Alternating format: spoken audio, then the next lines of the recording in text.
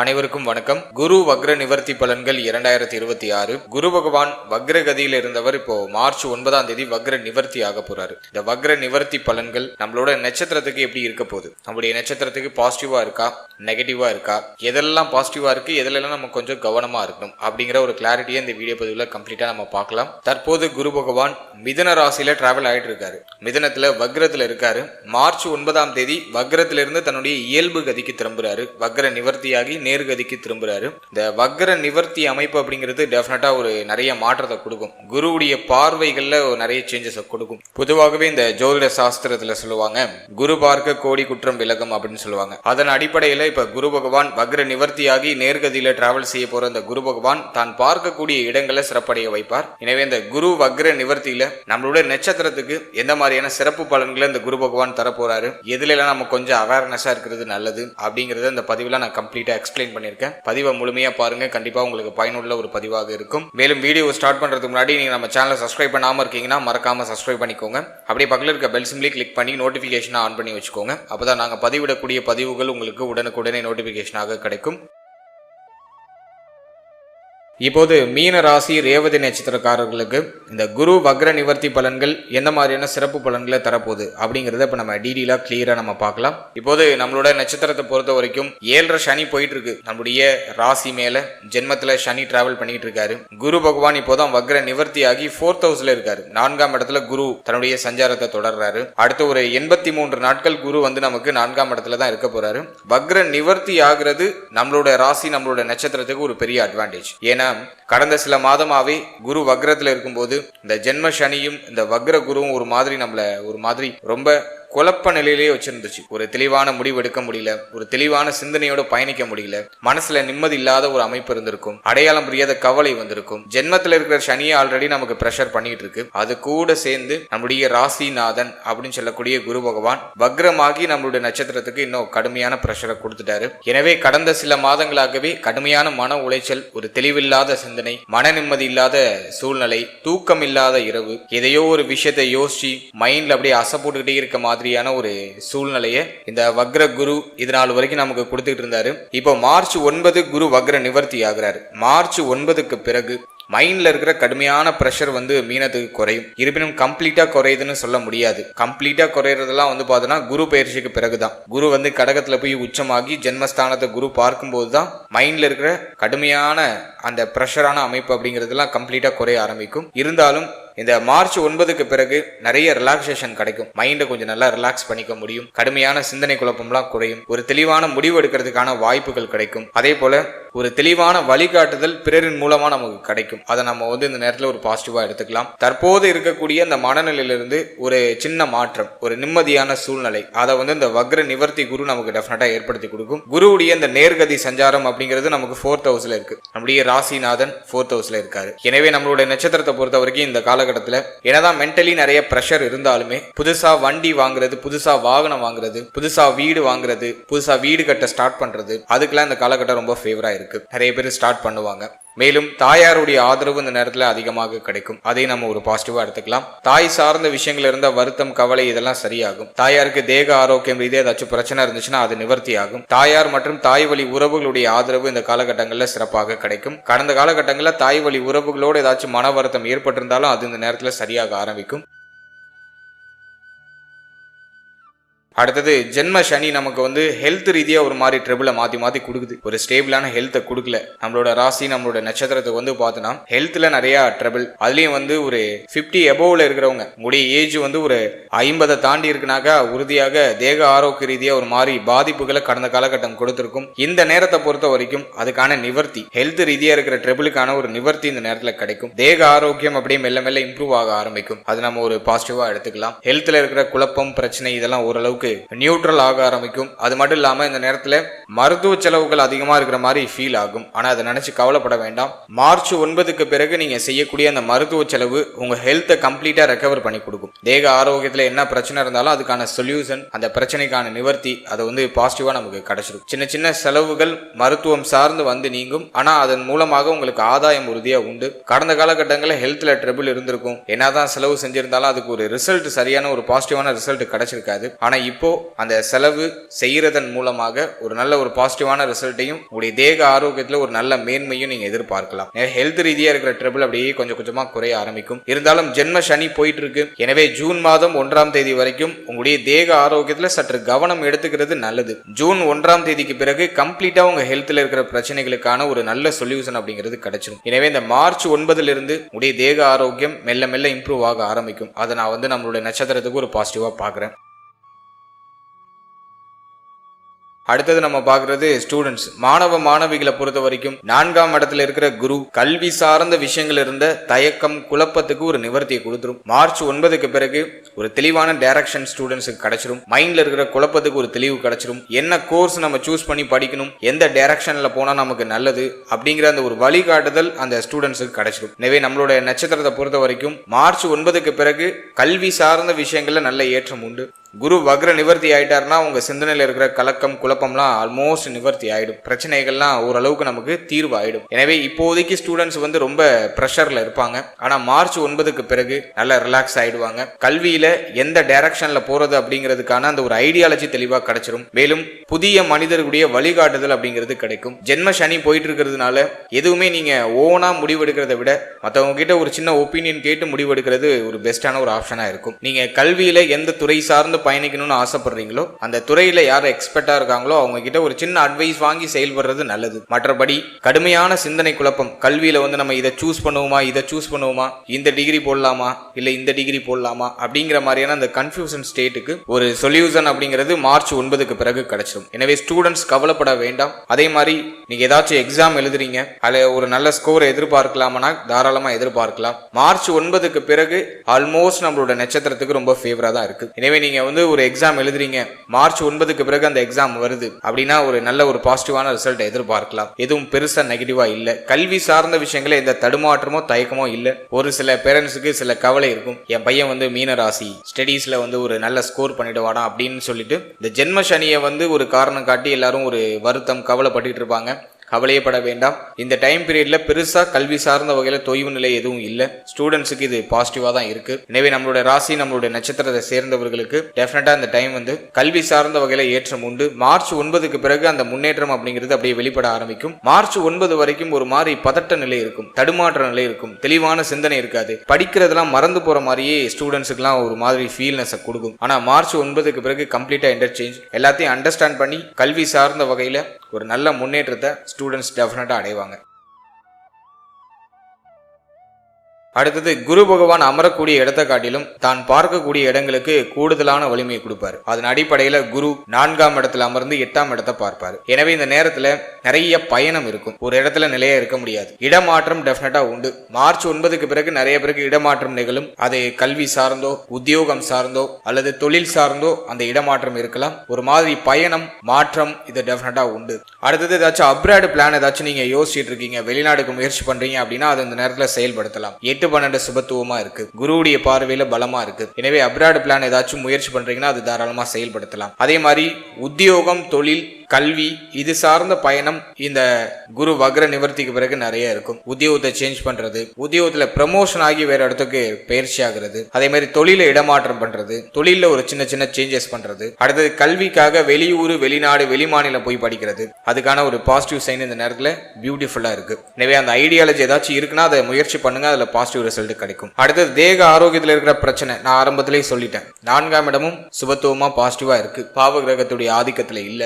நம்முடைய ராசிநாதன் ஒரே சுபகிரகம், லக்ன கேந்திரத்துக்கும் தசம கேந்திரத்துக்கும் அதிபதியாகப்பட்ட அந்த குரு சதுர் கேந்திரத்துல இருக்காரு. சோ இது டெஃபினட்டா நமக்கு ஒரு பெரிய அட்வான்டேஜ். இதுவும் வக்ர நிவர்த்தியாகி நேர்கதியில டிராவல் பண்றது இன்னும் சூப்பர் டூப்பான ஒரு அட்வான்டேஜ் அப்படின்னு தான் நான் சொல்லுவேன். எனவே ஹெல்த் ரீதியா நல்ல இம்ப்ரூவ்மெண்ட் டெஃபினட்டா நீங்க எதிர்பார்க்கலாம். மனசுல இருக்கிற அந்த கவலை கலக்கத்துக்கு டெஃபினட்டா ஒரு நல்ல ஒரு சொல்யூஷன் அப்படிங்கிறது கிடைச்சிரும். மனசுல இருக்கிற காயங்கள் மனசுல இருக்கக்கூடிய அந்த வலிகளுக்கு ஒரு நிவாரணத்தை அந்த வக்ர நிவர்த்தி டெஃபினட்டா கொடுக்கும். இப்ப நம்ம நட்சத்திரம் நம்மளுடைய ராசி ராசிக்கு பணம் காசுலாம் பெருசா இப்ப எதிர்பார்க்கல யாரும். மனசுல நிம்மதி இருந்தா போதும். மனசுல ஒரு அடையாளம் புரியாத ஒரு மாதிரி ஒரு பெயின் இருக்கு. அந்த பெயினுக்கு ஏதாச்சும் ஒரு சொல்யூஷன் கிடைச்சதுன்னா போதும். எல்லாமே இருக்கு, மனசுல நிம்மதி இல்ல அப்படிங்கிற மாதிரியான ஒரு சுச்சுவேஷன் தான் இப்போ வந்து நம்மளோட ராசி நம்மளோட நட்சத்திரத்துக்கு போயிட்டு இருக்கு. இந்த மன நிம்மதியை நீங்க எப்ப எதிர்பார்க்கலாம்னா மார்ச் 9க்கு பிறகு டெஃபினட்டா எதிர்பார்க்கலாம். மனசுல ஒரு குதூகலமான ஒரு சூழ்நிலை, ஒரு மகிழ்ச்சியான சூழ்நிலை, நிம்மதியான சூழ்நிலை இதெல்லாம் இப்போ திரும்ப கிடைச்சிடும். வக்ர நிவர்த்திக்கு பிறகு இது வந்து பாசிட்டிவா நமக்கு மாறிடும். அதே போல இந்த வயிறு சம்பந்தமான உபாதை ஏதாச்சும் இருக்குன்னா அது சரியாகும். கழிவு நீக்க உறுப்புகள், கழிவு நீக்க சம்பந்தமான விஷயங்கள் இருக்கக்கூடிய பிரச்சனைகள் அதெல்லாம் நிவர்த்தி ஆகும். செரிமான கோளாறு அப்படிங்கிற அந்த பிரச்சனை ஓரளவுக்கு நியூட்ரல் ஆகும். சனியோட பார்வை 7 இருக்கு. வயிறு சம்பந்தப்பட்ட உபாதைகளை டிஃபால்ட்டா கொடுக்கும். ஆனா குருவுடைய பார்வை 8 இருக்கிறதுனால அதுக்கான சொல்யூஷனையும் சேர்த்து கொடுத்துரும். அதில் கவலைப்பட வேண்டாம். ஹெல்த் ரீதியா நல்ல இம்ப்ரூவ்மெண்ட் உண்டு. மன நிம்மதி திரும்பக்கூடிய ஒரு காலகட்டமாக அதை நான் பாக்குறேன். 8ஆம் இடத்துல குரு பார்வை சுபத்துவமா இருக்கிறதுனால வம்பு வழக்கு பிரச்சனை ஏதாச்சும் போயிட்டு இருக்குன்னா அதுல உங்களுக்கு ஒரு சாதகமான தீர்ப்பை எதிர்பார்க்கலாம். ரொம்ப நாளா கோர்ட்டு கேஸ்னு ஏதாச்சும் அலைஞ்சிட்டு இருக்கீங்க, ஒரு பிரச்சனை போயிட்டு இருக்கு அப்படின்னாக்கா மார்ச் 9க்கு பிறகு அதுல ஒரு சாதகமான தீர்ப்பை நீங்க எதிர்பார்க்கலாம்.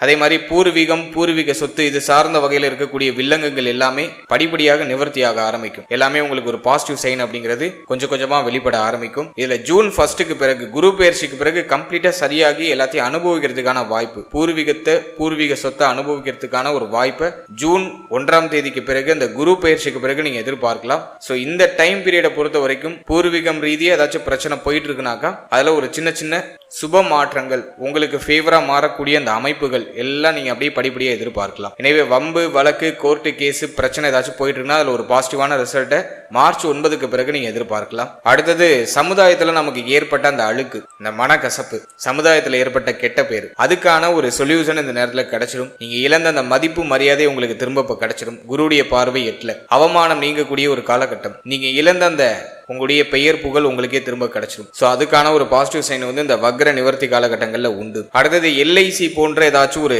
லாங் டேர்ம் இன்வெஸ்ட்மெண்ட் ஏதாச்சும் பண்ணிருக்கீங்க, அதே போல ஒரு இழப்புக்கு பிறகு பெறக்கூடிய ஒரு அதிர்ஷ்டம் அப்படின்னு சொல்லக்கூடிய திடீர் தனவரவு, திடீர் அதிர்ஷ்டம், திடீர் பணவரவு, எப்பயோ இன்வெஸ்ட் பண்ணது திடீர்னு கிளைம் ஆகுறது. சோ அதுக்கான பாசிபிலிட்டி இந்த நேரத்துல ரொம்ப அதிகமாவே இருக்கு. 8ஆம் இடம் சுபத்துவமா இருக்கிறதுனால திடீர் அதிர்ஷ்டம் கிடைக்கும், திடீர் பணவரவு இருக்கும். LICல ஏதாச்சும் இன்வெஸ்ட் பண்ணி வச்சிருந்தீங்கன்னா அது இந்த நேரத்துல உங்களுக்கு கிளைம் ஆகிறதுக்கான வாய்ப்பு உண்டு. ஒரு மாதிரி பொருளாதார ரீதியா ஒரு ஸ்டேபிள் இல்லாம ஒரு மாதிரி போராடிட்டு தான் இருக்கும். ஆனா இந்த மார்ச் 9க்கு பிறகு எதிர்பாராத விதமா ஒரு திடீர் தனவரவு கிடைக்கும். அது நமக்கு அடுத்த கட்டத்துக்கு போறதுக்கான ஒரு உந்து சக்தியை கொடுக்கும். அதை வந்து நான் அந்த குரு வக்ர நிவர்த்தியில ஒரு பாசிட்டிவா பாக்குறேன். அடுத்தது குருவுடைய பார்வை ஜீவனஸ்தானத்துல தொழில் உத்தியோகம் இதுல இருக்கக்கூடிய தடுமாற்றங்கள் இப்போ விலக ஆரம்பிக்கும். மார்ச் 9க்கு பிறகுதான் தொழில் உத்தியோகம் சார்ந்த விஷயங்கள்ல இருந்து ஒரு விடிவு காலம் பிறக்கக்கூடிய ஒரு அமைப்பு உண்டு. வக்ர குரு 10ஆம் இடத்தை பார்த்தாலும் சனியோட பார்வையும் 10ல இருக்கு. அதாவது சனியுடைய பார்வை தான் அதிகமான இன்ஃபுளுன்ஸை வந்து 10ஆம் இடத்துல செலுத்தியிருக்கும். எனவே கடந்த சில மாதமாகவே தொழில் உத்தியோகம் சார்ந்த விஷயங்கள்ல கடுமையான குழப்பத்தையும் பிரச்சனையும் சந்திச்சுட்டு வந்திருப்பீங்க. தொழில் உத்தியோகம் சார்ந்த வகையில ஒரு மாதிரி பிரஷரான அமைப்பு அதிகமா இருந்திருக்கும். மன உளைச்சல் அதிகமா இருந்திருக்கும். குறிப்பா உத்தியோகத்தில் இருக்கிறவங்களுக்கு மன நிம்மதி பெருசா இருந்திருக்காது. அந்த வேலையுடைய பலு அதிகமா இருந்திருக்கும். அதே மாதிரி உத்தியோகம் செய்யக்கூடிய இடத்துல நிறைய குழப்பங்கள் வந்து நீங்க இருக்கும். சக ஊழியர்களோட ஒத்து போகாத அமைப்பு நிறைய பேருக்கு இருந்திருக்கும். ஆனா இப்போ மார்ச் 9க்கு பிறகு குருவுடைய இந்த வக்ர நிவர்த்தி காலகட்டத்துக்கு பிறகு குருவுடைய பார்வை அப்படிங்கிறது 10ஆம் இடத்துல பதியுது. எனவே உத்தியோகம் சார்ந்த வகையில் இருக்கக்கூடிய அந்த அன்ஈசியான அந்த சுச்சுவேஷன்லாம் இப்ப நமக்கு ஃபேவரா மாறிடும். உத்தியோகத்தில் இருக்கக்கூடிய அந்த பலு, அந்த சுமை அதெல்லாம் கம்ப்ளீட்டா குறைய ஆரம்பிக்கும். உத்தியோகம் சார்ந்த வகையில் இருக்கக்கூடிய குழப்பம், சக ஊழியர்களோட ஏற்பட்ட மனஸ்தாபம், வருத்தம்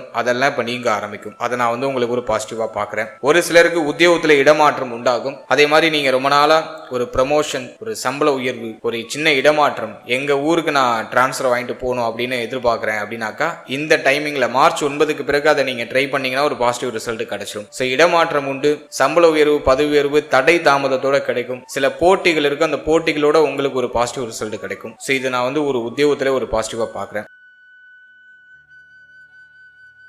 தொழிலை பொறுத்த வரைக்கும் கடந்த சில மாதமாவே ரொம்ப டல்லா தான் போயிட்டு இருக்கு. இப்போ மார்ச் 9க்கு பிறகு தொழில இருக்கிற அந்த தொய்வு நிலையெல்லாம் அப்படியே நிவர்த்தியாக ஆரம்பிக்கும். தொழிலாம் அப்படியே உங்களுக்கு கம்ப்ளீட்டா சாதகமா மாற ஆரம்பிக்கும். நீங்க ஆல்ரெடி பண்ண அந்த முதலீட்டையாச்சும் ரிட்டர்ன் எடுத்துடலாம். ஸோ அதுக்கு இது வந்து நான் ஃபேவரா பாக்குறேன். பெருசா ப்ராஃபிட் இல்லைனாலும் நீங்க போட்ட முதலையாச்சும் ரிட்டர்ன் எடுத்துடலாம். மார்ச் 9க்கு பிறகு அந்த பாசிட்டிவான ஒரு அமைப்பு அப்படிங்கிறது வருது. எனவே தொழில் ரீதியா இருக்கக்கூடிய தடுமாற்றம், தொய்வு நிலை இதெல்லாம் ஆல்மோஸ்ட் நமக்கு ஃபேவரா மாறுது. மேலும் மேலும் பெருசா இன்வெஸ்ட்மெண்ட் பண்ண வேண்டாம். இப்ப தொழில் தொழில் சிந்தனை அதிகமா வரும். அதுல இன்வெஸ்ட் பண்ணுவோமா, இதுல இன்வெஸ்ட் பண்ணுவோமா அப்படிங்கிற மாதிரியான சிந்தனை எல்லாம் நிறைய வரும். அதெல்லாம் கொஞ்சம் அவாய்ட் பண்ணிக்கோங்க. கையில ஏதாச்சும் அமௌண்ட் இருக்குனாக்கா ஒரு நல்ல இன்வெஸ்ட்மெண்ட், சேஃபான இன்வெஸ்ட்மெண்ட், குறிப்பா கோல்டுல இன்வெஸ்ட் பண்றது, ரியல் எஸ்டேட்ல இன்வெஸ்ட் பண்றது, இது போன்ற விஷயங்கள்ல சேஃபான இன்வெஸ்ட்மெண்டா பார்த்து பண்ணிக்கோங்க. அதுவே நீங்க ரியல் எஸ்டேட்ல இன்வெஸ்ட்மெண்ட் பண்றீங்கன்னா ஜென்ம சனி நடக்கிறதுனால டாக்குமெண்ட்ஸ் எல்லாம் கொஞ்சம் சரியா ப்ராப்பரா பார்த்து நல்லா விசாரிச்சு வாங்குறது நல்லது. இல்லைன்னா அந்த டாக்குமெண்ட் இஷ்யூஸ், இந்த கொடுத்தல் வாங்கல் சார்ந்த பிரச்சனை, இதுல எல்லாம் ஏதாச்சும் ஒரு குழப்பத்தை இழுத்து விட்டுருது. அதனால இந்த டைமிங்ல எதுல நீங்க காலை விட்டாலும் கொஞ்சம் சூதானமா கவனமா இது பண்ணா சரியா இருக்குமான்னு ஒரு வாட்டிக்கு 10 வாட்டி யோசிச்சு உங்களுக்கு ரொம்ப நம்பிக்கையான ஒரு மனிதர்கிட்ட ஒரு சின்ன அட்வைஸ் வாங்கி நீங்க செயல்படுறது ஒரு பாசிட்டிவான ரிசல்ட்டை கொடுக்கும். தொழில இப்ப இன்வெஸ்ட்மெண்ட் பண்ணலாமா, தொழில புதுசா இப்ப ஸ்டார்ட் பண்ணலாமானாக்கா அவசரம் காட்ட வேண்டாம். இப்போதைக்கு இருக்கிறத நெகத்துங்க. பிசினஸ்ல மேலும் மேலும் இன்வெஸ்ட்மெண்ட் பண்ண வேண்டாம். ஜூன் 1க்கு பிறகு, ஜூன் மாதம் 1ஆம் தேதிக்கு பிறகு உடைய தொழில நீங்க என்ன இன்வெஸ்ட் பண்ணாலும் அதுல ஒரு பாசிட்டிவான ரிசல்ட் எதிர்பார்க்கலாம். அட்லீஸ்ட் மேக்கு மேல நீங்க இன்வெஸ்ட் பண்றது நல்லது. அது வரைக்கும் பொறுமை காக்குறது ஒரு சாதகமான பலனை உங்களுக்கு பெற்றுக் கொடுக்கும். எனவே பிசினஸ்ல இன்வெஸ்ட்மெண்ட் பண்றதுக்கு பெருசா ஃபேவரா இல்ல. ஆல்ரெடி நீங்க இன்வெஸ்ட் பண்ணிருக்கீங்கன்னா அந்த போட்ட முதல்ல ரிட்டர்ன் எடுத்துடலாம். அதுக்கு பாசிட்டிவா இருக்கு.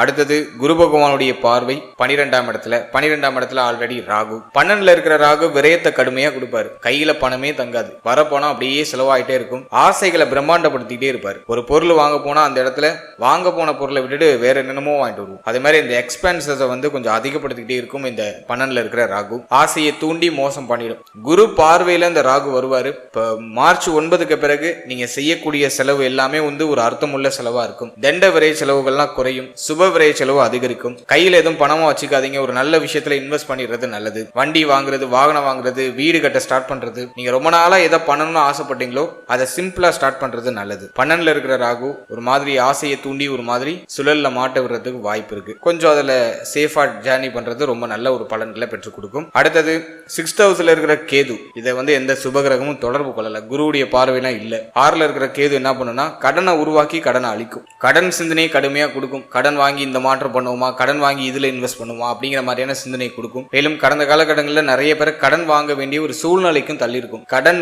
உருவாகும். ஆனா அதை நினைச்சு கவலைப்பட வேண்டாம். கடன் வாங்கி சுப மாற்றமா பண்ணிக்குங்க. ஏதாச்சும் ஒரு நல்ல விஷயத்துல இன்வெஸ்ட்மெண்ட் பண்ணுங்க. கடன் வாங்கினாலும் அதை ஏதாச்சும் சுப மாற்றமா பண்ணிக்கிறது நல்லது. கடன் உருவாகும். ஆனா அந்த கடனை திரும்ப கட்டிடுவீங்க. அதே சமயத்துல இந்த நேரத்துல எதுலையும் பெருசா அகலக்கால் வச்சு பெரிய சூழல்ல போய் மாட்டிக்காம இருக்கிறது ஒரு சிறப்பான அமைப்பா இருக்கும். நிறைய பேருக்கு கடன் தொந்தரவு நீங்கும். அதுல மாற்று கருத்தே இல்லை. ஒரு சிலர் கடன் கொடுத்து மாட்டிப்பாங்க, ஒரு சிலர் கடன் வாங்கி மாட்டிப்பாங்க. ஆனா மாற்றுறது உறுதி. அதுல மாற்றுக்கிறதே கிடையாது. அது நீங்க எப்படி மாட்ட போறீங்க அப்படிங்கிறது உங்களுடைய சூழ்நிலையை பொறுத்து அது அமையும். எனவே பண உதவி யாருக்கும் அதிகமாகவும் பண்ணிடாதீங்க. கொடுத்தல் வாங்கல் சார்ந்த விஷயங்கள்ல ரொம்ப கேர்ஃபுல்லா இருங்க. கொடுத்துட்டு நம்ம பணத்தை திரும்ப கேட்டோம்னா நம்ம கிட்ட சண்டைக்கு வந்துருவாங்க. அப்படிப்பட்ட ஒரு சூழ்நிலை நிறைந்த ஒரு காலகட்டம் இது. அதுல கொடுக்கறப்பையும் விழிப்புணர்வா இருங்க, வாங்குறப்பையும் விழிப்புணர்வா இருங்க. அதிக வட்டிக்கு போய் பணம் வாங்கிடுறது, அவசரத்துல அதிகமான கடனை வாங்கிறது, ஒரு பிளானிங் இல்லாம கடன் சூழல்ல போய் மாட்டிக்கிறது, இதெல்லாம் கொஞ்சம் அவாய்ட் பண்ணிக்கிறது நல்லது. ஒரு முறைக்கு 10 முறை யோசிச்சு ஒரு தெளிவான முடிவெடுத்து செயல்படுறது உங்களுக்கு ஒரு பாசிட்டிவான ரிசல்ட்டை கொடுக்கும். பொருளாதாரம், கொடுத்தல் வாங்கல், பணம் சம்பந்தப்பட்ட விஷயம் இதுல எல்லாம் கொஞ்சம் கவனமா இருக்கணும். இதுல எல்லாம் கொஞ்சம் செக் இருக்கு. பொருளாதார தட்டுப்பாடு அப்படிங்கிறது நீங்கக்கூடிய ஒரு காலகட்டம். பணம் சம்பந்தப்பட்ட விஷயங்கள ரொம்ப கேர்ஃபுல்லா இருக்கிறது ரொம்ப நல்லது. மார்ச் 9க்கு பிறகு செலவு அதிகரிக்கும். ஆனா செய்யற செலவுலாம் சுபவிரை செலவா இருக்கும். உங்களுடைய தேவைகள் எண்ணங்களை பூர்த்தி செய்யறதுக்கு தேவையான பொருளாதாரம்லாம் கிடைச்சிடும். புதுசா வண்டி, வாகனம், உங்களுடைய மொபைல் போன் மாத்துறது, எலக்ட்ரானிக்கல் கேஜெட் ஏதாச்சும் வாங்குறது, லேப்டாப் வாங்குறது, கணினி ஏதாச்சும் வாங்குறது, உங்களுக்கு தேவையான இந்த சாதனங்களை வாங்குறது, சோ அதுக்கெல்லாம் இது ஃபேவரா இருக்கு. 12ல இருக்கிற ராகுவை அந்த குரு பகவான் பார்த்து செய்யக்கூடிய செலவை சுப விரயமா, நல்ல விரய செலவா, நமக்கு ஆதாயத்தை தரக்கூடிய ஒரு செலவாக மாத்தி கொடுப்பாரு. அதே மாதிரி இந்த நேரத்துல கால் பாதங்கள்ல அடிபடாம பாத்துக்குங்க. கால் பகுதி, கால் பாதம் சார்ந்த விஷயங்கள்ல பாதிப்புகள் நீங்க வாய்ப்பு இருக்கு. அதுல சற்று கவனமா இருக்கிறது ரொம்ப நல்லது. மற்றபடி எதுவும் பெரிய அளவுல மைனஸ் எல்லாம் இல்லை. அடுத்த திருமண முயற்சி, திருமண வாழ்க்கை, இதெல்லாம் நம்ம ரிசர்ச் பண்ணி பார்க்கும்போது 7ஆம் இடத்துல சனி பார்வை, சுபகிரகம் எதுவும் 7ஆம் இடத்தை பார்க்கல. எனவே திருமண முயற்சியில் இருக்கிறவங்களுக்கு ஒரு மாதிரி தடுமாற்றம், குழப்பம், ஒரு முடிவு எடுக்க முடியல, திருமண முயற்சி தள்ளி போதே அப்படிங்கிற மாதிரியான வருத்தம் இதெல்லாம் நிறைய பேருக்கு இருந்திருக்கும். இப்ப குரு வக்ர நிவர்த்திக்கு பிறகு ஓரளவுக்கு ஒரு பாசிட்டிவ் ரிசல்ட் எதிர்பார்க்கலாம். இருந்தாலும் ரொம்ப அதிகமான ஒரு பாசிட்டிவான அமைப்பு இல்ல. ஜூன் 1க்கு பிறகுதான் திருமண முயற்சியில ஒரு பாசிட்டிவான ரிசல்ட் ரொம்ப பவர்ஃபுல்லா வருது. அதுக்கு முன்னாடி வரைக்கும் கொஞ்சம் அன்ஈஸியா தான் இருக்கு. முயற்சி பண்ணுங்க. தடைப்படுது தாமதப்படுன்னு கவலைப்பட வேண்டாம். இந்த டைம் அப்படிதான் இருக்கும். தாமதத்தோட ஒரு பாசிட்டிவ் ரிசல்ட் தான் கிடைக்கும். அதே மாதிரி திருமண முயற்சியில் இருக்கிறவங்களுக்கு ஒரு மாதிரி மன உளைச்சல் அதிகமாக கொடுத்துருது. இந்த டைமிங்ல நீங்க திருமண முயற்சி பண்ணி நிச்சயதார்த்தம் பண்ணி அதை திருமணமா கன்வெர்ட் பண்றதுக்குள்ள ஒரு வழி ஆயிடுவீங்க. ஆளாளுக்கு ஒண்ணு சொல்லுவாங்க. உங்களுக்கு எது பண்றதுனே புரியாது, எதை கேட்கறதுனே புரியாது. எனவே இந்த டைமிங்கை கொஞ்சம் தள்ளி வைக்கிறது தான் நல்லது. குரு பெயர்ச்சிக்கு பிறகு திருமண முயற்சிகளை நீங்க ஸ்டார்ட் பண்ணீங்கன்னா ஒரு பாசிட்டிவ் ரிசல்ட்டை எதிர்பார்க்கலாம். கொஞ்சம் ஓரளவுக்கு மென்டலி பிரஷர் இல்லாம ஒரு மகிழ்ச்சியா நிம்மதியா அந்த திருமண நிகழ்வை நீங்க ஒரு திருப்தியா நீங்க அந்த திருமண நிகழ்வை முடிச்சுக்கலாம். இப்போதைக்கு முயற்சி பண்ணுங்க. திருமணம் சார்ந்த விஷயம், அந்த முடிவு, நிச்சயதார்த்தம், திருமண டேட்டை ஃபிக்ஸ் பண்றது, இதெல்லாம் ஜூனுக்கு பிறகு வச்சுக்கிறது நல்லது.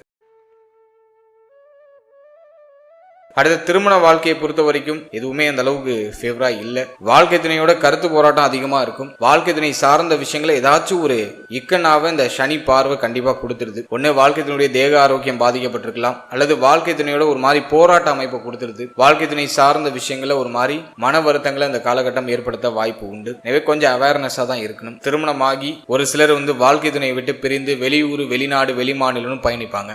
ஒன்று தொழில் ரீதியாகவோ உத்தியோக ரீதியாகவோ இருவரும் பிரிந்து ஆளாளுக்கு ஒரு திசையில் இருக்கிறதுக்கான வாய்ப்பை ஏற்படுத்துது. அப்படி இல்லைன்னா ஒன்னா இருக்காங்கன்னா ரெண்டு பேருக்கும் ஒரு மாதிரி போராட்டமான சூழ்நிலை, அல்லது வாழ்க்கை துணையோட தேக ஆரோக்கியம் சார்ந்த விஷயங்கள சில பாதிப்பு இதை ஏற்படுத்தி நீக்கிறதுக்கான வாய்ப்பு உண்டு. இந்த டைமிங்ல வாழ்க்கை துணை விட்டு பிரிந்து வெளியூர், வெளிநாடு, வெளிமாநிலம் சொல்லிட்டு தொழில் ரீதியாக உத்தியோக ரீதியாக பயணிக்கிறதுக்கான வாய்ப்பு கிடைச்சதுன்னா அதை யூஸ் பண்ணிக்கிறது நல்லது. எனவே திருமண வாழ்க்கை, திருமண முயற்சி இதெல்லாம் சற்று கவனம் அப்படிங்கிறது டெஃபினட்டா இருக்கணும். அவசர முடிவு, உணர்ச்சி வசப்பட்ட முடிவெடுக்கிறது, கோபத்துல முடிவெடுக்கிறது, இதெல்லாம் கொஞ்சம் அவாய்ட் பண்ணிக்கிறது நல்லது. பொறுமையை கடைபிடித்தாலே மன வாழ்க்கையில ஒரு சிறப்பான ஏற்றம் அப்படிங்கிறது டெஃபினட்டா அந்த நேரத்துல கிடைக்கும்.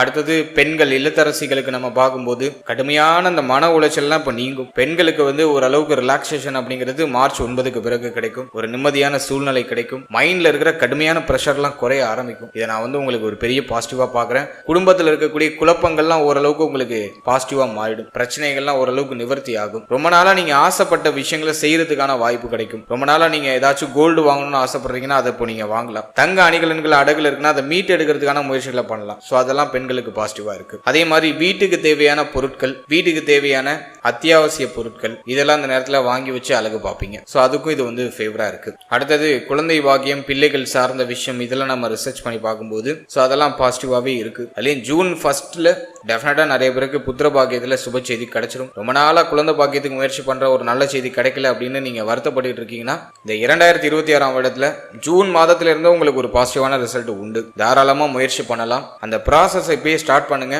உங்களுக்கு ஜூன் மாதம் 1ஆம் தேதிக்கு பிறகு சுப செய்தி கிடைச்சிடும். அதை நான் உங்களுக்கு பாசிட்டிவா பாக்குறேன். ஓவராலா அந்த குரு வக்ர நிவர்த்தியை பொறுத்த வரைக்கும் எதுவும் பெருசா நெகட்டிவா எனக்கு தெரியல. ஆல்மோஸ்ட் எல்லாமே உங்களுக்கு பாசிட்டிவா தான் வருது. இந்த கொடுத்தல் வாங்கல், பணம் சம்பந்தப்பட்ட விஷயம் இதுல மட்டும் சற்று கவனமா இருந்துக்கிறது நல்லது. ரொம்ப முக்கியமான முடிவு எடுக்கிறது, முக்கியமான மாற்றம் பண்றது அப்படிங்கறதெல்லாம் மார்ச் 9க்கு பிறகு நீங்க பிளான் பண்ணிக்கிறது நல்லது. அதுக்கு முன்னாடி வரைக்கும் ஒரு மாதிரி குழப்ப அமைப்பு இருக்கும். மார்ச் 9க்கு பிறகு தெளிவான சிந்தனை கிடைக்கும். அந்த டைமிங்ல நீங்க ஒரு தெளிவான முடிவெடுத்து உங்களுடைய ப்ராசஸை நீங்கள் ஸ்டார்ட் பண்ணலாம். அடுத்து திருமண வாழ்க்கை, திருமண முயற்சி, நட்பு வட்டாரம், நண்பர்கள் சார்ந்த விஷயம், கூட்டு தொழில் சம்பந்தப்பட்ட விஷயம் இதில் எல்லாம் சற்று கவனமா இருக்கும். மற்றபடி மற்ற அனைத்து விஷயமும் உங்களுக்கு ஆல்மோஸ்ட் ஃபேவரா தான் இருக்கு. முக்கியமா இந்த குரு வக்ர நிவர்த்தியில மன நிம்மதி அப்படிங்கிறது பெருக ஆரம்பிக்கும். மனசுல இருக்கிற கலக்கம், கவலை, வருத்தங்களுக்கு ஒரு நிவர்த்தி அப்படிங்கிறது கிடைக்க ஆரம்பிக்கும். அதை நான் உங்களுக்கு ஒரு பாசிட்டிவா பாக்குறேன். மேலும் இந்த நேரத்துல உணவு தானம் அதிகமா பண்றதுக்கு முயற்சி பண்ணுங்க. அதுலயும் நீங்களே சமைச்சு ரோட்டோரத்துல ரொம்ப பசியோட இருக்கிற மனிதர்களை தேடி கண்டுபிடிச்சு போய் உணவு தானம் பண்ணுங்க. தினமும் தெய்வ வழிபாட்டோட நாட்டில் தொடங்குறது ரொம்ப நல்லது. முடிஞ்சா தினமும் காலையில கோவில் போயிட்டு இறைவனை மனமுருகி வழிபட்டுட்டு இந்த கொடி கம்பம் அப்படின்னு சொல்லுவோம், கோவில் வாசல்ல இருக்கும், அந்த இடத்துல அப்படியே கம்ப்ளீட்டா அப்படியே சிலண்டர் ஆயிடணும். நமஸ்காரம் பண்ணும்போது நல்லா தரையோட உடைய உடல் நல்லா படணும். பட்டு அந்த இறைவனை நீங்க வழிபடும் பொழுது அந்த தலை உங்களுக்கு தரையோட அப்படியே போய் ஒன்னா உரசணும். அந்த தலை தரையில படணும். அப்படி பட்டு மனமுருகி நீங்க வழிபடும் பொழுது டெஃபினட்டா அந்த 7.5 சனியுடைய தாக்கம்லாம் குறையும். சிந்தனை குழப்பம் கம்ப்ளீட்டா குறையும். மன நிம்மதி அதிகரிக்க ஆரம்பிக்கும். இந்த ஒரு விஷயம் பண்ணுங்க. பிளஸ் உணவு தானம் அதிகமா பண்றதுக்கு முயற்சி பண்ணுங்க. வீக்லி ஒன்ஸ் அப்படி இல்லைன்னா மந்த்லி ஒன்ஸ் ஒரு 10 பேருக்கு உங்களால முடிஞ்ச உதவி ஏதாச்சும் உணவு தானம் பண்றது ரொம்ப நல்லது. அது உங்களுக்கு ஒரு பாசிட்டிவான ஒரு ரிசல்ட்டை பெற்றுக் கொடுக்கும்.